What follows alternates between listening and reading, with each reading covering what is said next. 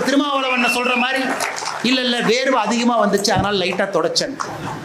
யாரு காதுல சுத்த வேண்டியதெல்லாம் நம்ம காதுல சுற்றுறாரு பாரு. ஒரு பள்ளிக்கூடத்திற்கே நான் திருநூறு என்னுடைய குழந்தையை வச்சுட்டு போகாதுன்னு நம்ம நினைச்சோம்னா என்ன சனாதன தர்மத்தை நாம் காப்பாற்றுகின்றோம்? எந்த இந்து மத தர்மத்தில் நாம் வாழுகின்றோம்? ஒரு பெண் குழந்தை பொட்டு வச்சுக்கிட்டு பள்ளிக்கூடத்துக்கு போக முடியலன்னா எப்படி அந்த பெண் குழந்தை சனாதன தர்மத்தை காப்பாத்து?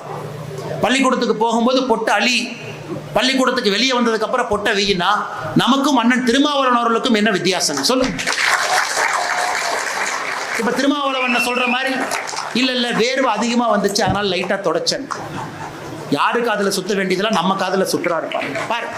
அதனாலதான் அன்பு சொந்தங்களே, சீருடை அணியனும் அனைத்து மனிதர்களும் சமம் என்று நினைப்பவன் நான், நீங்க, நயினார் அண்ணன், இங்க இருக்கிற எல்லோரும் எந்த ஜாதிகளும் கிடையாது, எல்லா ஜாதிகளும் சமம் என்று நினைப்பவர்கள் நாம். ஆனால் நம்முடைய மத அடையாளத்தை நாம் இடுவதிலே எந்தவித தவறும் இல்லை என்பதை தமிழக அரசு உணர்ந்துடும். ஒரு குழந்தைய ருத்ராட்ச கொட்டை போடாத, திருநூறு வைக்காத, குங்குமம் வைக்காதுன்னு பள்ளிக்கூடத்தில் அந்த குழந்தைக்கு சொல்லிக் கொடுத்தா அது செக்குலரிசம் இல்லைங்க ஐயா. அது மதச்சார்பின்மை கிடையாது.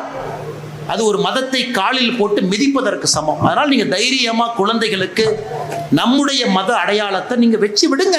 குழந்தைகள் பள்ளிக்கூடத்துக்கு போட்டும், அந்த குழந்தைக்கு தெரியட்டும் இன்னொரு மதமும் முக்கியம் என்பதை சொல்லிக் கொடுங்க. அது இஸ்லாம் மதமாக இருக்கட்டும், கிறிஸ்தவ மதமாக இருக்கட்டும், அந்த மதமும் முக்கியம் என்பதை சொல்லிக் கொடுங்க. அந்த மதத்தையும் சமமா பாருன்னு சொல்லிக் கொடுங்க.